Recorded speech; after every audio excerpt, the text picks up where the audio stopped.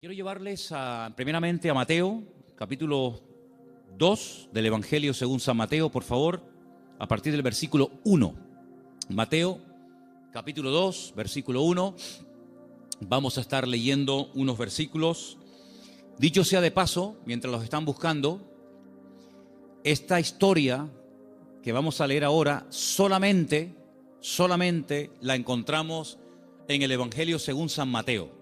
Marcos no menciona nada de la visita de estas personas, ni Lucas tampoco, ni Juan tampoco. Solamente Mateo, repito, es el único que nos habla de unas personas que vienen de muy lejos, guiados milagrosamente a través de un astro, a través de una estrella, con el propósito de reconocer, con el propósito de ofrecerle una serie de presentes y de regalos a un niño que prácticamente está no recién nacido, pero que ha nacido de una forma milagrosa, y ellos vienen desde lejanas tierras, como acabo de decir, guiados milagrosamente hasta llegar a el lugar donde vivía, Belén, Betlehem, la casa del pan, a 7, máximo 8 kilómetros de Jerusalén se encuentra la pequeña localidad de Belén, que hasta el día de hoy se puede visitar. Empiezo a leer a partir del versículo 1. Estoy en Mateo 2, del versículo 1 en adelante, y dice así la palabra del Señor. Cuando Jesús nació en Belén de Judea, en días del rey Herodes, vinieron del oriente a Jerusalén unos magos, diciendo: ¿dónde está el rey de los judíos que ha nacido? Porque su estrella hemos visto en el oriente y venimos a adorarle. Oyendo esto, el rey Herodes se turbó y toda Jerusalén con él. Y convocados todos los principales sacerdotes y los escribas del pueblo, les preguntó dónde había de nacer el Cristo. Versículo 5. Ellos le dijeron: en Belén de Judea, porque así está escrito por el profeta. Dicho sea de paso, el profeta Miqueas. Y tú, Belén de la tierra de Judá, no eres la más pequeña entre los príncipes de Judá, porque de ti saldrá un guiador que apacentará a mi pueblo Israel. Entonces Herodes, llamando en secreto a los magos, indagó de ellos diligentemente el tiempo de la aparición de la estrella. Y enviándolos a Belén, dijo: id allá y averiguad con diligencia acerca del niño, y cuando lo halléis, hacédmelo saber, para que yo también vaya y le adore. Ellos, habiendo oído al rey, se fueron, y he aquí la estrella que habían visto en el oriente iba delante de ellos, hasta que llegando se detuvo sobre donde estaba el niño. Y al ver la estrella se regocijaron con muy grande gozo. Y al entrar en la casa vieron al niño con su madre María, y postrándose lo adoraron, y abriendo sus tesoros le ofrecieron presentes: oro, incienso y mirra. Pero siendo avisados por revelación en sueños que no volviesen a Herodes, regresaron a su tierra por otro camino. Amén. Todos los años leemos esta porción, más o menos por estas fechas. Creo que es bueno leerla para que estemos informados de todas las cosas previas y posteriores que ocurrieron durante el nacimiento del Mesías, de nuestro Señor Jesucristo. Hoy leía esta misma historia, pero en otra versión, y en vez de aparecer la palabra magos, aparecía la palabra sabios. Nos dice la Biblia de dónde vinieron, pero no nos dice cuántos vinieron. Es curioso que la tradición, en las cabalgatas famosas, días antes de los reyes, siempre aparecen 3, que incluso hasta se han atrevido a ponerle nombre: Melchor, Gaspar y Baltasar. Iba a saltar.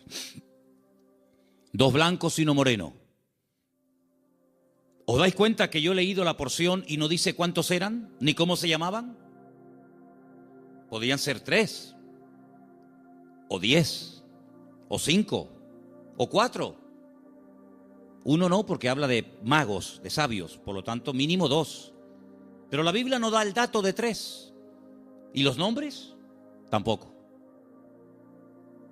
¿Qué peligro tan grande corremos cuando nos inventamos las cosas y en vez de ceñirnos a lo que nos dice la fuente, que es la Biblia, comenzamos a oír y a prestar atención a tradiciones, a mitos, a cuentos, y comenzamos a ponerle nombre a personajes que la Biblia ni les da el nombre ni el número.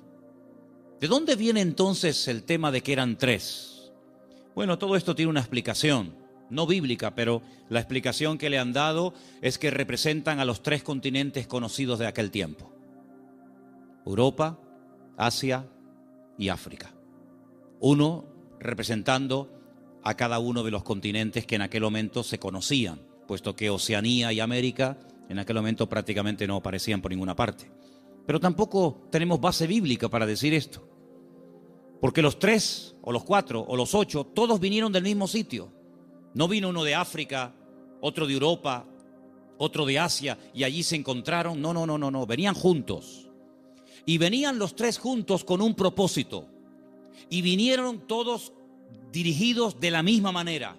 No es que uno en África tuvo un sueño, otro en Europa tuvo una visión y se le presentó un ángel y otro... No dice eso. Todos venían como un equipo, con un propósito, con una serie de presentes de los cuales hablaremos ahora un poco, y vinieron de Oriente. Ahora, ¿de qué parte de Oriente? Tampoco con exactitud lo sabemos, porque si ustedes se centran en Israel, toda la geografía bíblica parte de Israel. Eso siempre tienen que tenerlo presente. Cuando habla del norte, pero del norte, ¿desde dónde? Desde Madrid, desde Jerusalén, desde Roma. Toda la geografía bíblica siempre parte de Jerusalén. Cuando se habla del norte, pues tienes que coger un mapa, meterte en Israel y decir, ¿qué país queda en el norte? ¿Qué país queda en el sur? Cuando habla del mar grande, ¿de cuál habla? ¿Del Caribe? ¿Del Pacífico? ¿Del Caspio? No, el mar grande es el que está más cerca de Israel, que es el mar Mediterráneo, el Mare Nostrum, que está al oeste. Cuando habla del oriente, pues tienes que mirar desde Israel, no desde donde tú has nacido, porque si no, no encajan las cosas. Desde la geografía bíblica tienes que mirar qué países quedan al este, al oriente, de donde sale el sol. Bueno, hemos escuchado y hemos leído todo tipo de explicaciones, que si eran de la China, algunos dicen que venían de Babilonia, otros dicen que venían del Cáucaso, de tantos lugares, ¿verdad? Venían del este, venían del oriente. Ahora, en aquellos tiempos no era como hoy en día, que cogemos un avión y en unas cuantas horas nos ponemos en la otra parte del mundo. Por muy lejos que quede Chile, por muy lejos que quede Argentina, te montas en un avión en Madrid, en 12, 13 horas llegas a Buenos Aires sin ningún problema. Y has recorrido miles de kilómetros, has cruzado el charco, ¿verdad? Y has llegado casi hasta al extremo de la tierra, a la Patagonia, al fin del mundo. Pero en aquellos tiempos no era tan habitual, no era tan rápido, no era tan fácil el desplazarse de un país a otro. Lo que hoy en día hacemos en unas horas, en aquellos tiempos se tardaba días, semanas, meses y, si me apuras, hasta años. Fíjate, por ejemplo, que cuando hemos ido a Israel, cuando yo les llevo a ustedes a Galilea y les muestro el camino real que aún existe, yo les he dicho, estando allí, que se tarda una semana desde Galilea hasta Nazaret y un poquito más hasta Jerusalén. Una semana, dentro de un país. Ahora, ¿cuánto tardaron estos sabios o estos magos o astrólogos? ¿Cuánto tardaron de Oriente hasta llegar hasta el lugar donde había nacido el Señor? Pues mínimo un año. Mínimo. ¿En qué nos basamos para decir que tardaron como mínimo un año? Cuando uno lee la palabra, uno tiene que prestar atención al contexto, a todo lo que nos cuenta la historia, no solamente a unos cuantos versículos, sino a todo el contexto de la historia, situarnos en el momento de la época y tomar nota de una serie de detalles que nos aportan información que aparentemente no son importantes, pero son muy importantes. La imagen que la mayoría de la gente tiene del nacimiento de Cristo es más o menos así. Encontramos y por ahí vamos a ver ahora en estos días, si no es que lo han puesto ya, lo que llaman los belenes, los portales, ¿sí? Y van a ver al niño en una cunita, su madre a un lado, el padre a otra, unos ángeles que están allí, los camellos fuera, los magos que entran dentro y se postran delante del niño, detrás una burra, detrás una vaca, ¿sí o no? Esa es la imagen que la gente tiene. Pero eso no es verdad. Rotundamente falso. Ya este papa que dimitió, Ratzinger, cuando estaba como papa, no ahora en el paro, cuando estaba como papa, él dijo que eso era mentira, que eso no tiene base ni fundamento bíblico. Allí no estaban todos juntos, el niño, la madre, los animales, los magos, los pastores. Eso es rotundamente falso. Pero es la imagen que la gente tiene. Entonces la gente cuando va al pesebre o al portal que hacen aquí en el ayuntamiento o en otros lugares, pues ve a todos juntos. Sin embargo, si ustedes se fijan, hemos leído en esta noche, en el versículo 11, una palabra clave para poder ir desgranando y explicando esta porción. Dice que al entrar en la casa, en todas las Biblias tiene que poner eso, sea de la versión que sea. En todas las Biblias tiene que poner, cuando entraron en la casa, vieron al niño con su madre postrado y lo adoraron. En la casa. Ya no están en un lugar temporal. Cuando Herodes, hay varios Herodes en la Biblia, no es siempre el mismo, si no parece que este hombre no se muere nunca. El Herodes que manda a matar a los niños, no manda a matar a niños de 15 días o niños recién nacidos. Él manda a matar a niños menores de 2 años. Lo cual quiere decir de que había pasado ya mucho tiempo desde que había nacido hasta que llegan los magos a la casa. Los que sí vieron al niño envuelto decimos en pañales, en trapos, los que sí lo vieron prácticamente recién nacido, fueron los pastores. Los pastores que vivían allí en Belén, allí vivían los pastores. Y allí en Belén hay una cueva que tradicionalmente te llevan a verla y te dicen, mira, aquí es donde los pastores tenían el aprisco, el redil de las ovejas, y vivían en Belén. Pero estos señores no vivían en Belén, estos señores vivían muy lejos, vivían en el oriente. Y estas personas no son advertidos del nacimiento del Mesías a través de ángeles, como fueron los pastores, que dice que estaban cuidando las ovejas, los corderos, porque en Belén era donde se criaban las ovejas, los corderos, que después se iban a sacrificar en el templo. Porque Belén y Jerusalén están muy cerquita, se puede ir hasta caminando. Y ellos son advertidos por ángeles, pero los magos y los sabios no. Los magos de Oriente, los sabios de Oriente, vinieron dirigidos por un astro. Nadie les habló, pero ellos miraron al cielo, durante la noche evidentemente, y vieron que una serie de señales indicaban que había nacido el Mesías. Ahora, ¿esta gente era creyente? ¿Eran paganos? ¿Eran idólatras? ¿Eran judíos? ¿Qué era esta gente? Porque si esta gente observa el horizonte y ve cómo se alinean una serie de estrellas y de astros y de constelaciones, ¿cómo saben ellos que el Mesías de los judíos ha nacido si no son creyentes? Podían haber interpretado esta señal de una forma completamente equivocada. Por ejemplo, en aquellos tiempos era muy común, en los tiempos de la Biblia era muy común que en aquellos sitios de tanta idolatría y de tanta adoración a los astros, al sol, a la luna, a las estrellas, cuando nacía un niño, los sacerdotes de esas religiones sacaban a los niños durante la noche y miraban al cielo.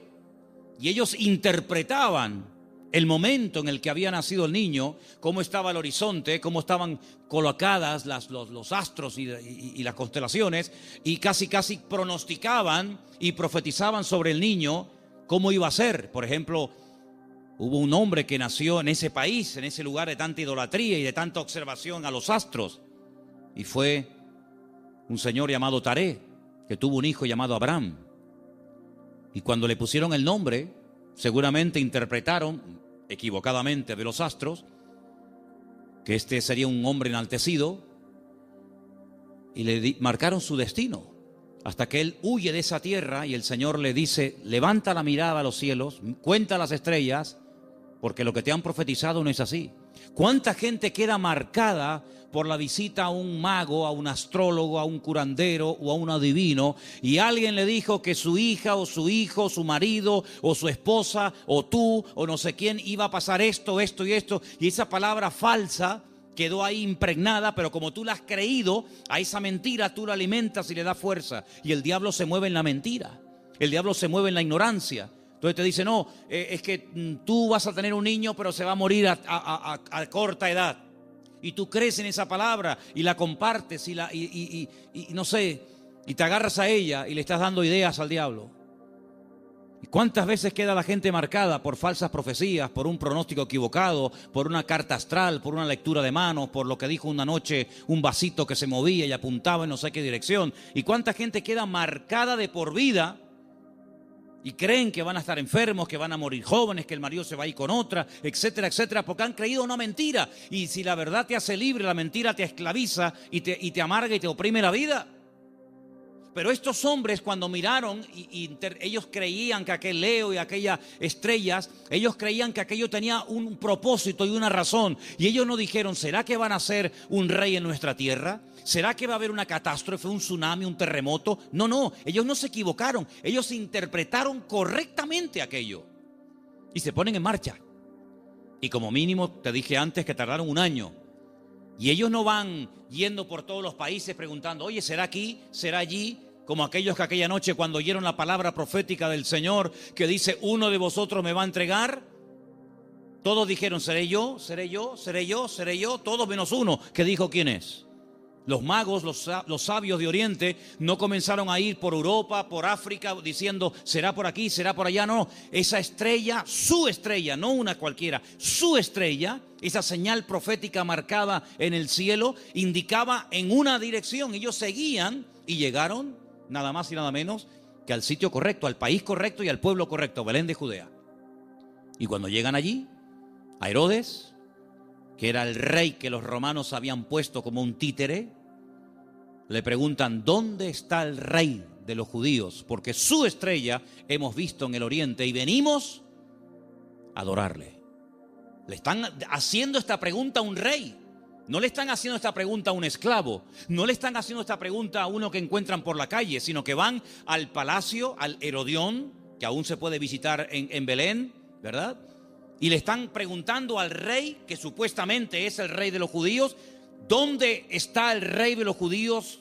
Porque venimos a adorarle. Y ellos reconocen que ese con el que están hablando no es. Claro, por eso dice que se produjo una consternación. La gente comenzó a decir, oye, han venido gente de lejísimos, cargados con unos presentes y unos regalos, una fortuna en oro, en incienso y en mirra. Y dice que vienen a adorar al rey de los judíos y dicen que su estrella han visto en el oriente, y estas noticias corrieron hasta Jerusalén y se produjo un tumulto tremendo porque la gente decía, pero ¿a quién se refieren? Es decir, había nacido el Mesías, profetizado durante siglos y siglos, y nadie se había enterado. Fue como un nacimiento secreto. Nació el Mesías, del cual habló Isaías, Jeremías, Ezequiel y tantos profetas, y nadie se había dado cuenta. ¿No te has parado alguna vez a preguntar que Dios puede hacer muchas cosas hoy en día entre nosotros y no nos hemos dado cuenta de que es el Señor? Y atribuimos a la casualidad o a la coincidencia o a la suerte. Sin embargo, el que tiene todo el control y el dominio siempre es el Señor. ¿Cuántos dicen amén? ¿Cómo supieron interpretar estos hombres estas señales correctamente?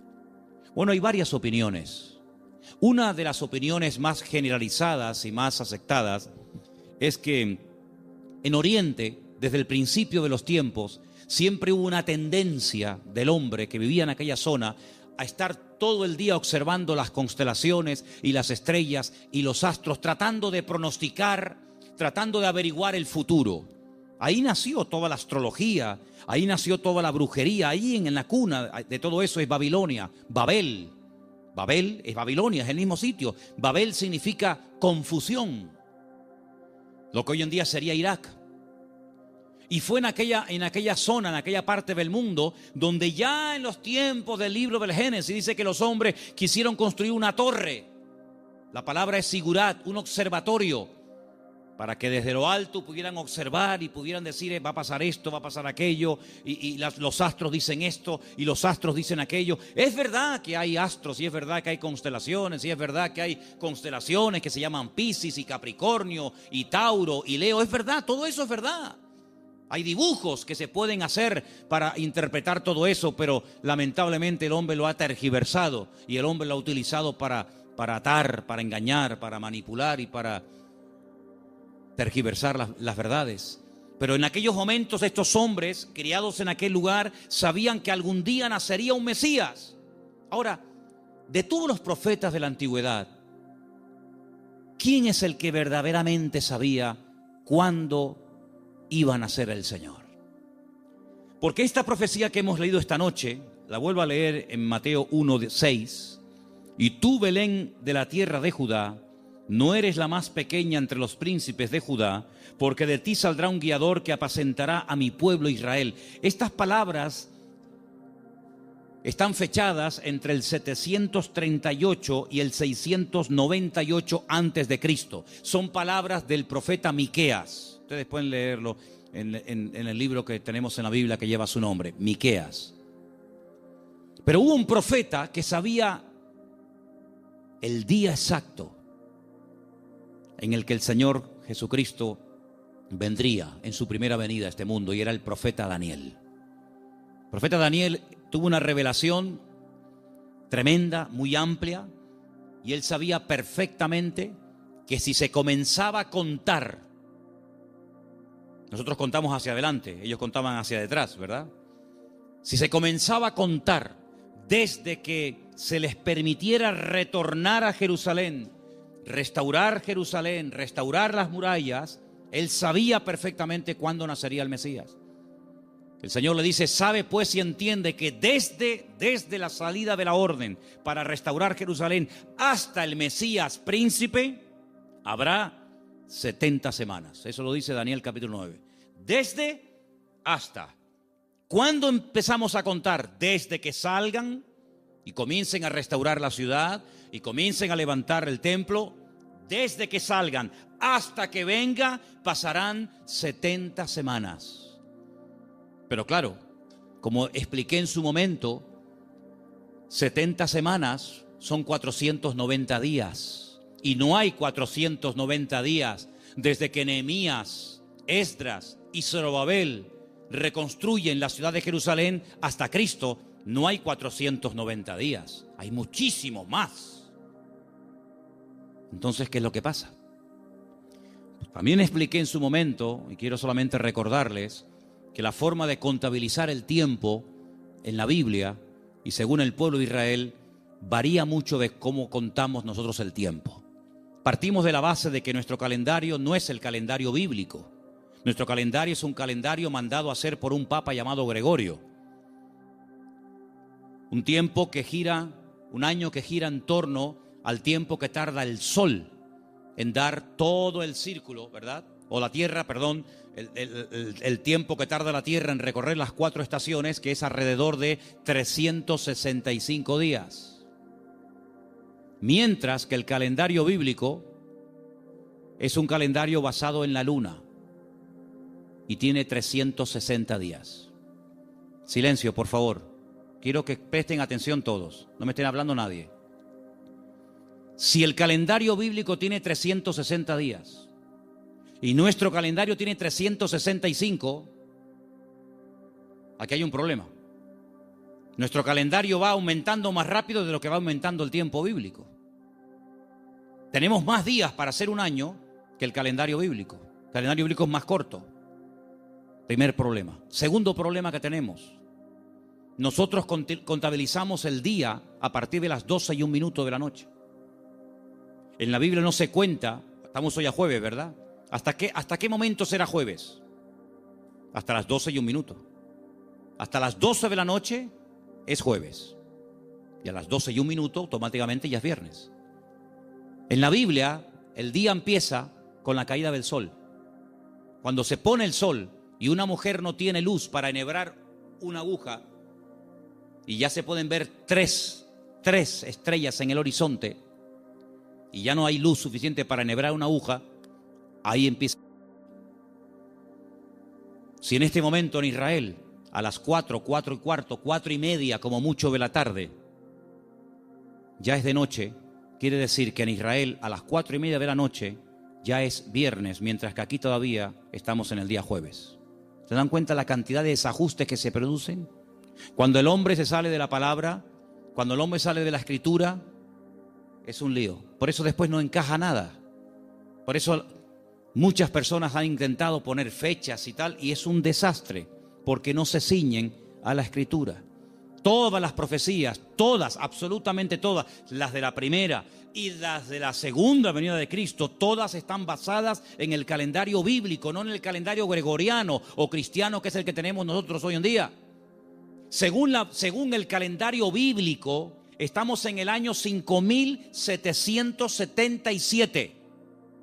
Según nuestro calendario, estamos en el año 2016 después de Cristo. Pero ¿y antes de Cristo no hubo historia? ¿Antes de Cristo no hubo nada? ¿Cómo que 2016? Entonces hay un desfase tremendo, de 5777 a 2016 después de Cristo. Y no contamos lo de antes. Tenemos otra forma de contabilizar, ¿verdad? Porque hay un antes y un después. Entonces es muy importante darnos cuenta de que el profeta Daniel, cuando recibía las revelaciones acerca de la venida del Mesías, el Señor le estaba hablando con términos bíblicos, no con términos modernos. Y cuando el Señor le dice 70 semanas, Daniel, sabe pues y entiende, escucha esto, desde que salgáis hasta que venga el Mesías príncipe, pasarán 70 semanas, pero resulta de que en el pueblo de Israel y según la Biblia, y esto está demostrado en el libro de Levítico, las formas de contar los días y las semanas también son diferentes. ¿Por qué? Porque nosotros llamamos semanas a un grupo de 7 días. Y 7 días para nosotros es una semana. Claro, y para todo el mundo. Pero además, en la Biblia se llama semana a un periodo de 7 años. Es decir, si le preguntas a un niño cuánto tiempo tiene, te puede responder de 2 maneras. A la manera nuestra y te dice, yo tengo 7 años. O te puede decir, yo tengo una semana. Y tú dices, ¿cómo va a tener esta niña una semana? Qué grandes son los niños en Israel, ¿no? Pero tienes que multiplicar, ¿verdad? De tal manera que cuando el Señor le dice al profeta Daniel, 70 semanas están determinadas sobre tu pueblo, lo que le está dando es un paquete profético de 490 años. 70 por 7, 490. Y esos 490 años, hay diferentes bloques, diferentes características, diferentes sucesos, diferentes acontecimientos, que cuando tú lo sabes interpretar, pues tú dices, efectivamente,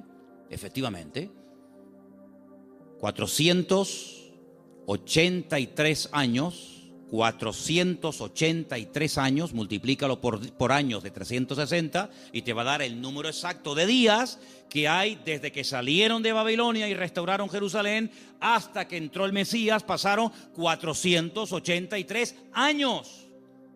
Pero dice, pero son 70 años, 70 semanas. Y la última semana, los últimos 7 años, son los famosos 7 años de la gran tribulación. Y todo encaja. La Biblia es matemática pura. Es la única ciencia exacta, las matemáticas. En todas partes del mundo, 2 y 2 son 4. En todas partes del mundo. Por encima del Ecuador y por debajo del Ecuador, 2 y 2 son 4. En todas partes del mundo. Es una ciencia exacta, ¿verdad? No se puede cuestionar. No es que aquí 2 y 2 son 4, allí son 3 y medio, allí son 8. No, en todas partes es igual. Y el Señor usa la matemática de Él, el tiempo de Él, el calendario de Él, para preparar a los pueblos, para preparar a las naciones, para preparar a su pueblo, para que aquel día no nos sorprendan las cosas como ladrón en la noche. Entonces estos hombres seguramente tenían la información que tenía el profeta Daniel. Y junto con la información del profeta Daniel y la observación meticulosa de los astros y de las estrellas, automáticamente dijeron, el tiempo se ha cumplido. El tiempo se ha cumplido del nacimiento del Mesías. Y ellos se ponen en marcha. Y cuando llegan, Pues ya el niño no es un niño recién nacido. Ya el niño no está en un pesebre. El niño está en una casa. El niño está en una casa. Es interesante notar que en el pesebre estaba José y María, pero en la casa está solamente María, ya no está José. Y estos detalles es importante darse cuenta, porque son los detalles que nos van a ayudar a tener toda la información, todas las piezas del puzzle, y vamos a poder decir, amigo, los que vieron al niño recién nacido fueron los pastores. Y los magos o los sabios de Oriente, cuando vinieron, no vieron a un niño recién nacido, vieron a un niño de 1 año, año y medio, máximo 2 años. Y es muy diferente. Ahora, es interesante que Herodes, es decir, no se toman decisiones políticas, no se hacen edictos reales hasta que le llega la información de los sabios o de los magos a Herodes. Mientras tanto, Herodes estaba tranquilo, pero en el momento en el que estos hombres le dicen, es que el motivo de nuestra visita a Belén, ellos no son de aquí, el motivo de que estemos aquí tan lejos de nuestra tierra es que venimos a adorar a un rey que nos ha dicho, nos ha guiado el Señor y sabemos que tenemos que venir a adorarle. Jamás un rey, jamás una persona se le ocurriría visitar a un rey con las manos vacías, porque era un insulto. Era una provocación, era el no reconocerme. ¿Cómo te atreves a venir a visitarme a mí con las manos vacías? No me estás reconociendo como rey. Si tú me reconoces y te sometes y me respetas, tienes que traerme siempre un presente. Y por eso ellos vienen cargados con muchos kilos, hermano, ¿no? A veces vemos en las obras de teatro, en las películas, vemos una cajita ahí ridícula. Date cuenta, hermanos, que José era un hombre que tuvo que cerrar su negocio y se tuvo que ir al extranjero a vivir durante un tiempo. Y este hombre, cuando llega a Egipto con un niño pequeño, con su mujer, él no tiene trabajo. Él es un extranjero. Los judíos no eran muy bien vistos en Egipto porque siglos atrás los judíos, a través de otro judío llamado Moisés, habían destrozado el país de Egipto. Por lo tanto, no iba a ser nada fácil para un extranjero abrirse camino en Egipto. Pero tú no te preocupes, el Señor siempre va adelante. Cuando tú haces tu parte, no te quepa la menor duda de que el Señor siempre va a hacer la suya. Eso lo he enseñado yo hasta la saciedad. Algunos hacen caso y otros no hacen caso. Pero los que hacen caso y hacen su parte y se mueven en fe, el Señor siempre les sorprende. Ahora, los que están esperando que se llene la piscina para tirarse, ni con la piscina llena se tiran, porque no se van a tirar. El creyente tiene que andar por fe y no por vista. Ellos se dirigen hacia Belén, el lugar donde estaba escrito que tenía que nacer el Mesías, porque, hermanos, había tantos datos, tanta información, tantas profecías sobre el nacimiento y sobre la vida del Mesías, que era imposible cumplirla todas. No las voy a mencionar todas, evidentemente, pero se tenían que dar más de 150 profecías en aquel que decía que era el Mesías para poder reconocerlo, valga la redundancia, como el Mesías. Si una persona decía, yo soy el Mesías, y se le preguntaba, ¿de dónde tú eres? ¿Dónde has nacido? Y te decía, yo nací en Capernaum, tú no puedes ser el Mesías. Aunque hagas milagros, aunque prediques muy bonito, tú no puedes ser el Mesías. ¿Por qué? Porque tú no has nacido en Belén de Judea. Por lo tanto, si alguien se levantaba y decía, yo soy el Mesías, y predicaba y hacía milagros, qué bien, ¿será este el Mesías? ¿Cómo te llamas? Yo, Santiago, Jacobo. Tú no puedes ser el Mesías. ¿Por qué? Porque el Señor dice cómo se iba a llamar el Mesías. Si alguien se levantaba y decía, yo soy el Mesías, he sanado enfermos, mudos, ciegos, paralíticos, he resucitado muertos, he limpiado leprosos, y la gente se quedaba con la boca abierta. Si a alguien se le ocurría preguntarle, ¿de qué tribu eres? ¿Cuál es el origen de tu familia? Y te decía, yo soy de la tribu de Neftalí. Le podía decir, tú eres un falso Mesías. ¿Por qué? Porque la Biblia profetizaba que tenía que ser de la tribu de Judá.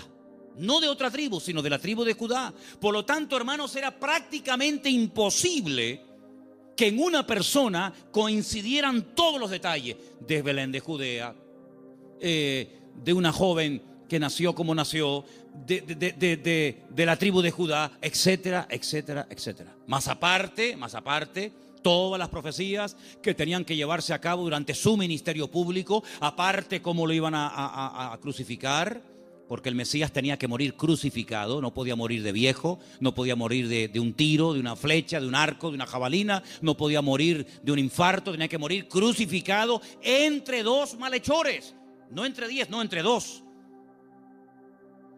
Y no le podían partir ni un solo hueso. Eso es imposible, a un crucificado que no le partan ni un hueso. Se los partieron al de la izquierda, se los partieron al de la derecha, pero a Jesús no. A Jesús no. No le podían partir ningún hueso. Y iba a morir como un inicuo, como un pecador, como un vil pecador, pero iba a ser enterrado como un rico. Tantos y tantos detalles que era prácticamente imposible. Pero suponte, imagínate que de los 150 detalles proféticos que tenían que cumplirse en él, una persona cumpliera 149. Pero queda el examen final, el más difícil de todos, la resurrección. Te han horadado las manos y los pies, te han crucificado entre ladrones, te han enterrado en un buen sepulcro, han sorteado tus vestiduras, te ha negado uno de tus discípulos, etcétera, etcétera, etcétera, pero al tercer día no has resucitado. Por lo tanto, aunque cumpliera con 149 profecías, si no cumplía con el examen final, con la PAU, no apruebas el examen, amigo. Por lo tanto, hermanos, cuando estos hombres se ponen en marcha, no es por emociones, no es por un sentimiento pasajero, sino es porque están coincidiendo tantas cosas que ellos van en fe y en obediencia, guiados milagrosamente a través del desierto, probablemente un viaje de más de un año hasta llegar a Belén de Judea. Cuando ellos llegan y le dicen a Herodes que vienen a adorar al Señor, resulta de que le presentan 3 tipos de regalos. Vamos a leerlos nuevamente, por favor. Estamos en Mateo capítulo 2, versículo 11.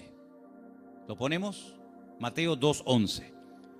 Al entrar en la casa vieron al niño con su madre María y postrándose lo adoraron. Y abriendo sus tesoros le ofrecieron presentes, oro, incienso y mirra. Algunos comentarios dicen que Daniel, cuando recibió la revelación, que la tenemos en la Biblia, por si te interesa conocerla, del nacimiento del Mesías, también de su reinado, pero estamos hablando de su primera venida, Daniel vivía en el palacio con el rey Nabucodonosor, ¿os acordáis, verdad? Después con Belsasar y después con otros también. Dicen los comentarios que Daniel no tuvo descendencia, seguramente lo hicieron eunuco, que era lo más probable, y no tuvo descendencia, pero dice que era uno de los hombres más ricos de todo el país. Después del rey, el que más autoridad, el que más prestigio y reconocimiento tenía, era Daniel. Así de claro, igual que José en Egipto, que después de Faraón el que mandaba era José. Casi podríamos decir que mandaba más José que Faraón. Toda esa fortuna, toda esa riqueza no se la quedaron sus hijos porque, repito, no tuvo. Y algunos dicen que puede ser que estos sabios, guiados como ya hemos dicho, milagrosamente, llegaron hasta Belén y esta fortuna, porque no era una cajita así, era una fortuna en oro, en incienso y en mirra, que a lo mejor tú dices, bueno, yo de las 3 cosas me quedo con el oro. Y el incienso y la mirra, bueno, vamos a ver, todo lo que la Biblia relata, todo lo que ocurre en la palabra de Dios, todo tiene una razón de ser, ¿sí o no? No hay nada casual. ¿Por qué la Biblia dice que eran 153 peces los que pescaron? ¿Ah? ¿Por qué dice la Biblia que comieron 5,000 hombres? ¿Por qué dice la Biblia que le regalaron oro, incienso y mirra? ¿Qué más da? Le hicieron presente, le hicieron regalos. ¿Y qué más da? No. Lo dice. ¿Le trajeron qué le trajeron? ¿Ropas? No. ¿Joyas? No. ¿Comida? Tampoco. Oro, incienso y mirra. Tal vez para nosotros esos regalos no sean tan significativos, pero vamos a explicarlos. En estos 3 regalos, nosotros podemos ver, en cierto sentido, el reconocimiento de ese triple ministerio que el Señor Jesucristo llevaría a cabo durante su vida. Ustedes saben que en el Antiguo Testamento o eras profeta o eras rey. Las dos cosas al mismo tiempo no se podía hacer. Muy rara vez, por ejemplo, David, a veces profetizaba, pero David no pasó a la historia por ser un profeta, aunque a veces profetizaba. Pero uno conoce a David como el rey de Israel, no como un profeta. Sin embargo, a Isaías lo conocemos como un profeta. Sin embargo, en la figura de Cristo, en la figura del Mesías, se iban a dar tres características únicas de él: rey, profeta y sacerdote. Rey, profeta y sacerdote. El oro representa en cierto sentido la realeza del Señor Jesucristo, porque Él es el Rey de reyes y Señor de señores. Nadie dijo amén, pero lo es. Él es el Rey de reyes y el Señor de los señores. Nació como rey, lo crucificaron diciendo que era un rey y volverá a este mundo como un rey. Cuando nació dijeron: hemos venido a adorar al rey de los judíos. Era un niño, 1 año y medio, 2 años, pero era un rey. Todavía no se manifestaban sus poderes, sus milagros, pero era un rey. Cuando murió en una cruz, él no lo dijo, pero Pilato dijo: quiero que le pongan encima de la cruz un título, una placa donde ponga en 3 idiomas para que todo el mundo lo entienda, en latín, en hebreo y en griego. Quiero que pongan: este es el rey de los judíos. Es increíble. Cuando Pilato le dice: pero tú eres un rey, ¿sí o no? Y dice: yo para esto he venido a este mundo. Pasa que todo tiene su momento y todo tiene su lugar. Cuando oramos en el Padre Nuestro, lo leemos o lo mencionamos, hay una parte que recordamos que Él es rey. Cuando decimos: venga tu reino, y no hay reino sin rey, y no hay rey sin reino. Por lo tanto, Él es un rey.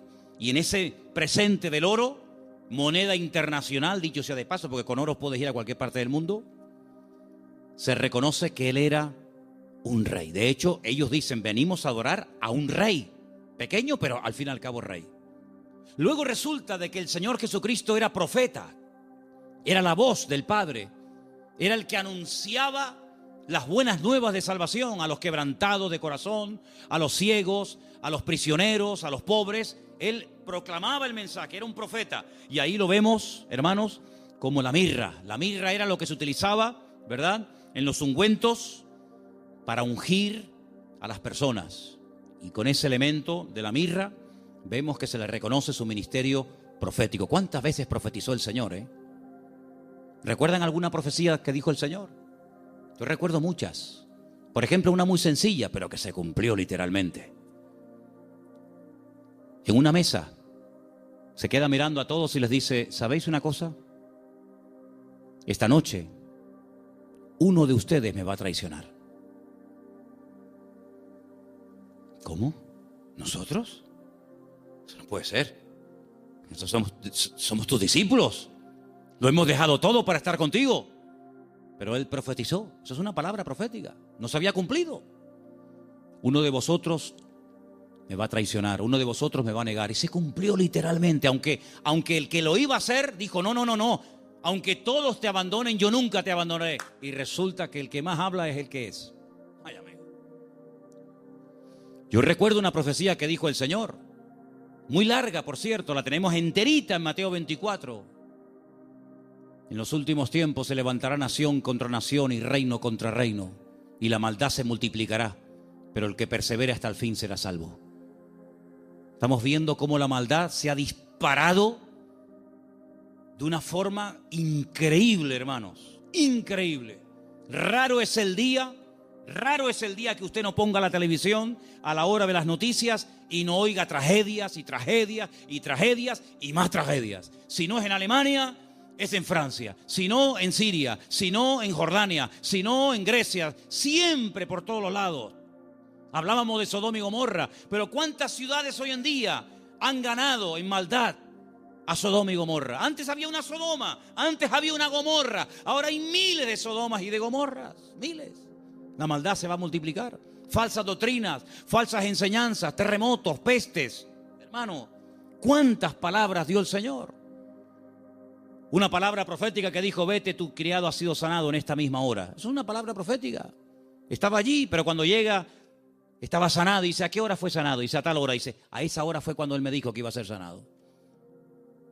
Profeta fidedigno, siempre anunciando la verdad.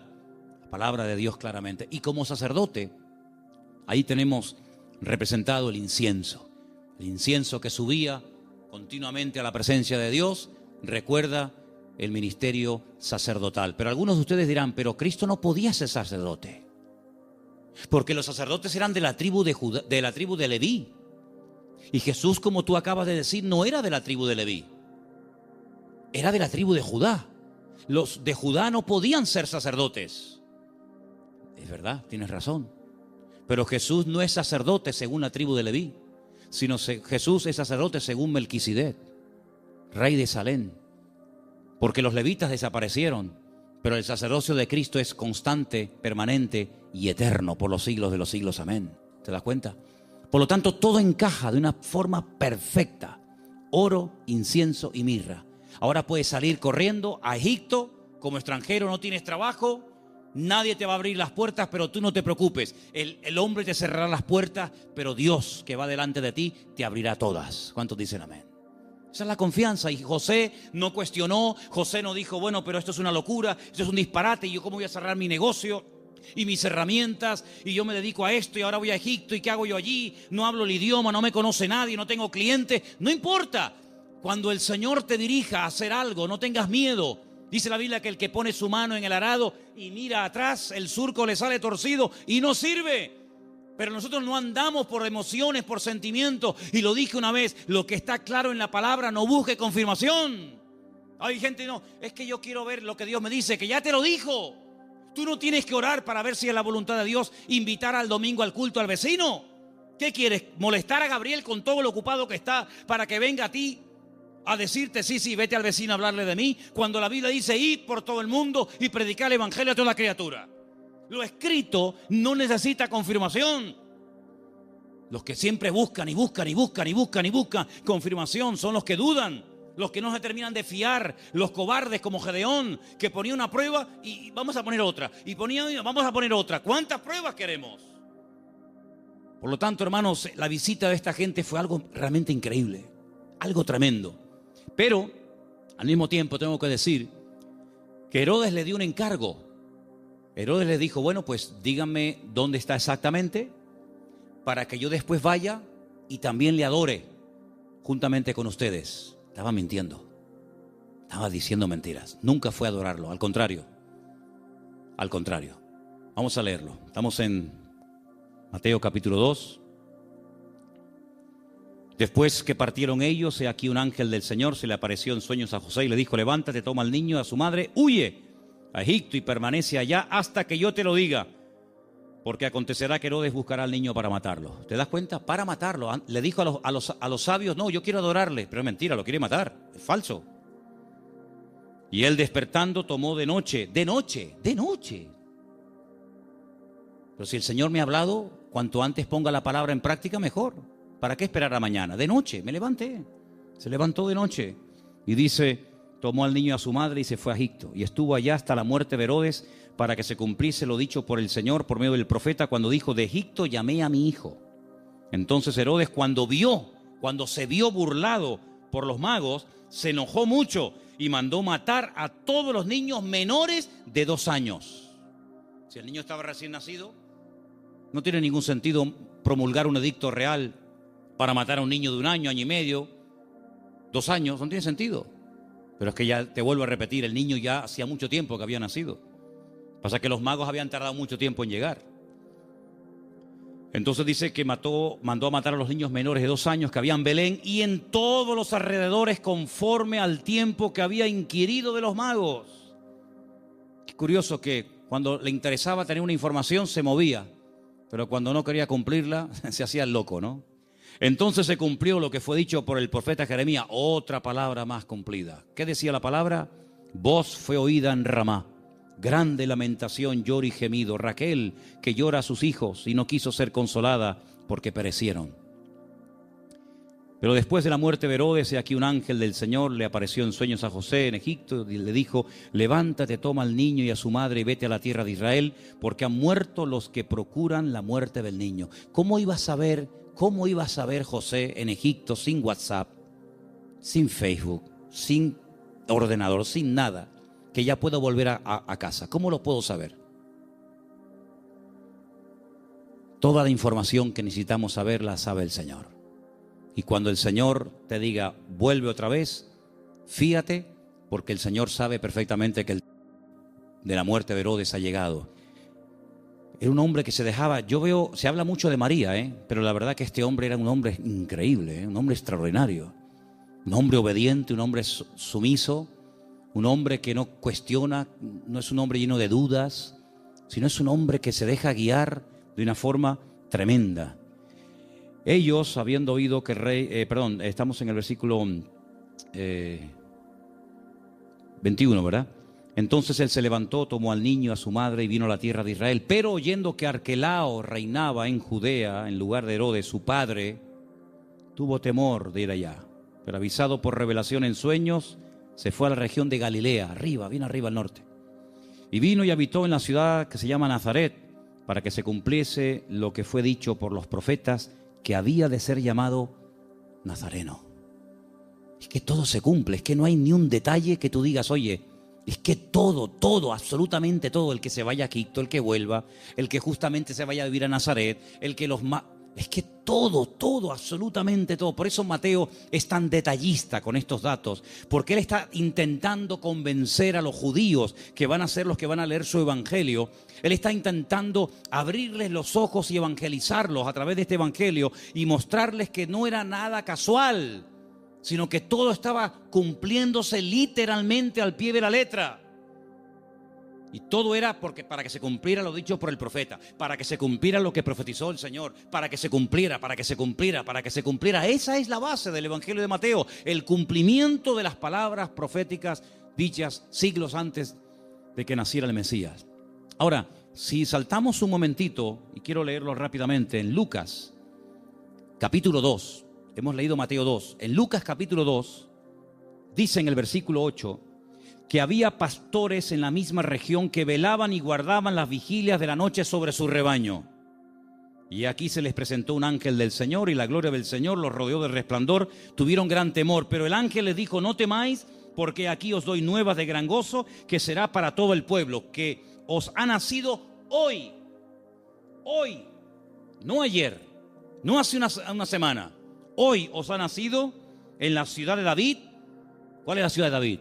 Belén. Si David también era de Belén, era de allí.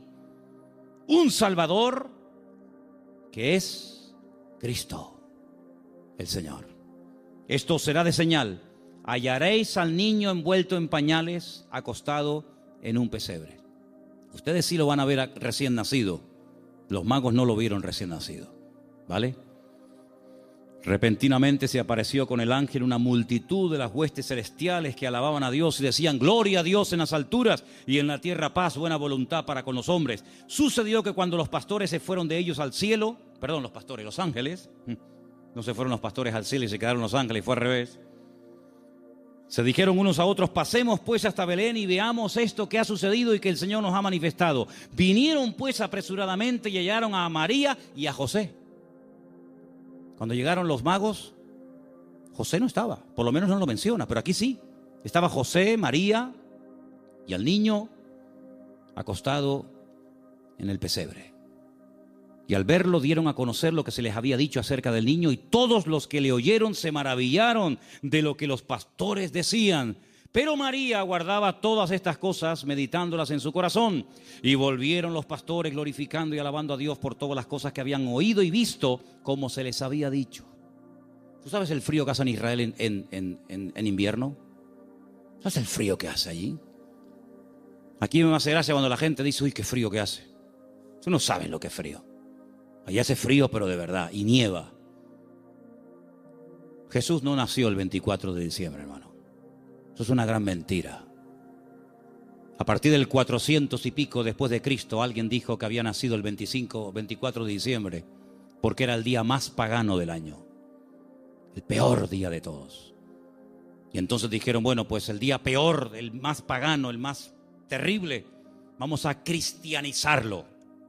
Y vamos a decirle al mundo que el Mesías nació en este día, para que en vez de adorar al sol y en vez de adorar las barbaridades que adoran, adoren al Rey, al Señor Jesús. Y desde ese momento, pues se instituyó pues esa fecha. Pero Jesús no nació en diciembre. Jesús nació, y se puede demostrar bíblicamente, y en la página web Luis ha hecho un trabajo extraordinario de las tablas de los tiempos en los que ministraban los sacerdotes en el templo en Jerusalén, etcétera, etcétera. Jesús nació entre septiembre y el mes de octubre. Entre septiembre y octubre. ¿Os dais cuenta también el detalle de Lucas, que no habla de animales dentro del pesebre? Judío jamás en la vida dormiría junto a animales. Jamás en la vida. Usted no puede leer la Biblia, y menos el Nuevo Testamento, con una visión occidental o puramente cristiana, porque usted no tiene ningún problema en ver una vaca, una oveja, una cabra y una mujer y un... No, perdone. Judío es tremendamente escrupuloso para eso. Los animales jamás conviven con los hombres, ni los hombres conviven con los animales. Ese es el cuento. Yo siempre he dicho que el portal de Belén es idolatría en miniatura. ¿O no? ¿Qué diferencia hay entre tener a un Cristo así de grande y tener uno así chiquitito? Bueno, perdón, cuando yo era pequeño, mi madre tenía en lo que se llamaban el portal de Belén un cacho de Cristo así, ¿eh? De pequeño nada, era así, ¿eh? Desnudito, con el pañalito y con los deditos así. Y con una corona así. Y con una cunita como de paja. ¿Qué diferencia hay entre adorar a un Cristo así, o uno así, o uno así, o uno así? Ninguna. El tamaño no hace mayor o menor el pecado. No te harás imagen, dice la Biblia. No te harás imagen. No te harás imagen. ¿Dónde dice eso? Éxodo 20. No te harás imagen, ni lo que está arriba, ni abajo, ni aún debajo de la tierra. Ni te postrarás, ni las honrarás. En la casa de un creyente no puede haber ningún tipo de imágenes, ni de santitos, ni de vírgenes, ni de Cristo, ni de nada habido por haber. Es que es el Señor. ¿Qué Señor? Es que es María. Es que es José. No, eso es falso. Un pesebre, un portal, es idolatría en miniatura. Idolatría en miniatura. Y la Biblia prohíbe a un creyente adorar y hacer, no solamente, es que yo no lo adoro, pero lo ha hecho. Dice él, no te harás. Porque no solamente dice no adorarás, sino dice no te harás. ¿Qué diferencia hay? Bueno, yo no la adoro, pero la he hecho, por lo tanto es lo mismo. Eso no es de Dios. Eso no es de Dios. Entonces, queridos hermanos, no nació en diciembre, porque dice que estaban cuidando las vigilias de la noche. Los pastores en diciembre no están al aire libre, pasando frío, con nieve y con temperaturas bajo cero, sino que están guardados. Era la fiesta entre septiembre y octubre, era una fiesta, por eso todo estaba lleno. No había lugar, claro. ¿Por qué no había lugar?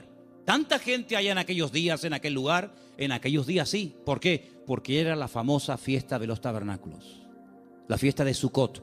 Y se tradujo la palabra Sucá por la palabra pesebre, y así todo quedó bonito. Era una cabaña improvisada donde él pudo estar con su mujer, dando a luz, pero nada de vaquitas, ni cabras, ni ovejas, ni animales dentro, en absoluto, para nada, para nada. Por lo tanto, hermanos, lo que tenemos que hacer es leer más la palabra, prestar atención a lo que dice la Biblia, menos películas y menos clichés que tenemos en la cabeza que nos han metido de que somos pequeñitos. Y sobre todo, hermanos, quiero terminar diciendo esto. Y el domingo lo voy a repetir hasta la saciedad, me lo vais a escuchar. ¿Habéis escuchado en estos días la palabra Jesús, la palabra Cristo? Yo no la he escuchado por ningún lado. Yo no la he escuchado. Papá Noel, bengalas, piñata, langostino, sidra, árboles, cintitas, todo lo que usted quiera, regalos, todo lo que... Pero a Jesús, todo esto, la fiesta es en torno a ¿quién? ¿Quién es el protagonista de la historia? ¿Quién es este señor gordo, vestido de rojo, que nos lo quieren meter hasta en la sopa? ¿Quién es este tipo? ¿Quién es este señor? ¿De dónde viene este señor? De San Nicolás, dicen los venezolanos, el San Nicolás, Papá Noel, Santa Claus. Santa Claus. Yo al único santo que conozco es al Señor Jesucristo, Señor de señores y Rey de reyes. No conozco a ninguno más. Hermano, o nos vamos a la Biblia o nos salimos de la misma. El protagonista en estos días no es Papá Noel, no son los magos, no es el arbolito. El protagonista tiene que ser nuestro Señor Jesucristo, que aunque el mundo diga que ha nacido en diciembre, bueno, está bien, diciembre, enero, ¿qué más da? Lo importante es que tenemos que recordar de una forma especial, una vez al año, que el Señor Jesucristo vino, pero ¿vino para qué? ¿Para qué vino? ¿Para qué vino? Y todo eso, Dios mediante, lo explicaremos el domingo, porque el tema del programa del domingo es ¿qué es la Navidad? Y lógicamente para explicar lo que es la Navidad, tendré que explicar previamente lo que no es la Navidad. Pero hermano, nosotros no entramos en ese juego de consumismo. Si usted el 24 por la noche no puede tener la mesa llena de comida, no se preocupe, no pasa nada, hermano. El protagonista no somos nosotros, regalo va, regalo viene. Pero ¿a quién le llevaron los sabios regalos? ¿A quién? ¿A José? ¿A María? ¿A quién fueron a adorar? ¿A quién queremos adorar nosotros, hermano? ¿No lo queremos adorar a Él? ¿Al Señor tu Dios adorarás y a Él solo servirás?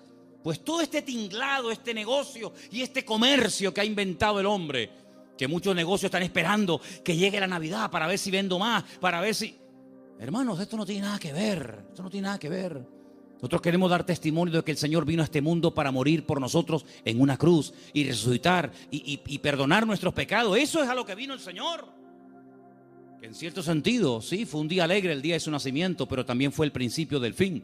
En el sentido de que ese niño hermoso y bonito y anunciado por ángeles y profetizado por centenares de profetas ha nacido para morir y morir de una forma terrible, terrible.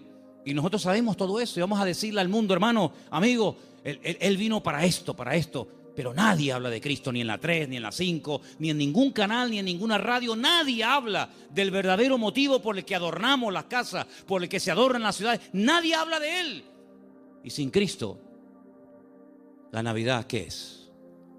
Nada. Hay muchos creyentes que se endeudan hasta aquí en diciembre y después llegan a enero y han tirado tanto de la tarjeta de crédito para comprar regalos para el abuelo, para la abuela, para el primo, para el cuñado. ¿Pero qué es esto? ¿Esto qué es? ¿Tú vas a entrar en ese juego? Entonces tú no has entendido nada del Evangelio, amigo. ¿Tú has entendido el Evangelio? ¿Tú eres cristiano de verdad? Pues si has entendido el Evangelio y eres cristiano de verdad, vivamos estos días como el Señor quiere que lo vivamos. Y quiero solamente decir algo. Hace años decidimos en la iglesia no poner árboles. ¿Sabéis por qué? Porque ese día, que después dijeron que Cristo había nacido en ese día, ¿saben cómo se adoraba? Una de las formas como se adoraba a esos dioses demonios en aquella fiesta, cortándole los testículos a personas y animales y colgándolos en árboles, dándoles la vitalidad, lo vil de los machos, colgando bolitas de testículos humanos y de animales en las copas de los árboles. Claro, los tiempos han cambiado, nos hemos civilizado, entre comillas, y no vamos a estar castrando ahora 200 o 300 personas para colgar bolitas en los árboles. Entonces lo que hacemos, ponemos bolitas de plástico, de cartón, de cristal. Pero el fondo de esto, ¿cuál es? ¿Había un árbol de Navidad en donde Cristo nació? Dime, ¿tú entrabas allí y veías el árbol de Navidad? Jamás en la vida. Durante casi 500 años, ningún hermano nuestro que murió quemado en la hoguera y crucificado y devorado por los romanos, jamás por los leones del circo romano, jamás en la vida hicieron las cosas que para nosotros hoy en día son, o para algunos son como normales. Dice la Biblia que no tenemos que entrar en las costumbres paganas del mundo. Y todo esto está cargado de un paganismo y de un comercio tan asqueroso, que sí, venderán más y venderán por aquí y venderán por allá, pero al que tienen que adorar no lo están adorando. Y yo en esta fiesta, a quien yo quiero adorar y honrar de una forma especial, tanto aquí como en mi casa, es al Señor. Con regalos o sin regalos, no pasa nada. A mí no me tienen que regalar nada. Yo no necesito que nadie me regale nada. Si tienen que hacer regalos, regálenle. Pregunten qué le hace falta a la iglesia. Pregúntale qué le hace falta a la obra. A mí no me tienen que regalar nada, ¿saben? ¿Qué le hace falta a la obra de Dios? Más silla, vamos a comprar silla. Más Biblia, vamos a comprar Biblia. Pintura, lo que haga falta. Vamos a hacer un esfuerzo por la obra de Dios. Pero hermano, no seamos nosotros los protagonistas. Porque usted imagínese que yo llego a su casa, usted me invita y su cumpleaños. Y yo llego, no le digo nada. Le doy un beso al niño, a la madre, al perro, al gato, al canario. Pero bueno, una pregunta. ¿Esta fiesta en honor de quién se hace? No, es que es mi madre que cumple años. Pues hermano, él no puede pasar desapercibido en estos días. El protagonista en estos días no eres ni tú ni yo. El protagonista tiene que ser el Señor. ¿Estamos de acuerdo? Amén. Pues ora, cierra tus ojos en esta tarde y pídele al Señor que a lo mejor por primera vez, no lo sé, a lo mejor por primera vez este año te vas a plantear de una forma diferente el tema de la Navidad. Por cierto, muchos no saben ni lo que significa Navidad. Usan una palabra y no tienen ni idea lo que están diciendo. ¿Qué significa Navidad? No sé. Pues ya va siendo hora que lo sepas, ¿eh? Con la edad que tienes y con las Navidades que has celebrado y no sabes ni lo que significa la dichosita palabra. Así que hermanos, que en esta noche el Señor pueda ver nuestra disposición y nuestro deseo de adorarlo y de honrarlo a Él. Vamos a decirle a los del bar, a los de la frutería, a los de la universidad, a los vecinos, vamos a decirle, amigos, ustedes saben qué es lo que estamos tratando de celebrar en estos días. Ustedes saben por qué nació Jesús en Belén de Judea. Ustedes saben quién es Jesús. Y ahora se nos va a presentar una oportunidad preciosa. Mira qué puerta abierta nos ha abierto el Señor el día 30 en un lugar que han alquilado para ir a dar testimonio. Gloria a Dios. Ojalá se nos abrieran todos los días estas puertas. Señor, danos sabiduría. En estos días que la gente está como más amable, más abierta, más sensible, danos la oportunidad y la sabiduría necesaria para poder explicarles qué es lo que estamos tratando de celebrar en estos días. Sabemos, Señor, que tal vez no es el día exacto, no es el mes correcto, pero ¿qué más da, Señor? Hay que predicar a tiempo y fuera de tiempo. Y te pedimos, Señor, que en estos días podamos predicar y repartir Biblias y dar testimonio de ti como nunca, como en todo el año, Señor. Te damos las gracias por este tiempo, que esta palabra en la cual hemos estudiado y meditado en ella nos ayude para tener cada día las ideas más claras, Señor. Gracias te damos por tu palabra y por tu presencia en nuestra vida. En el bendito nombre de Cristo Jesús. Amén.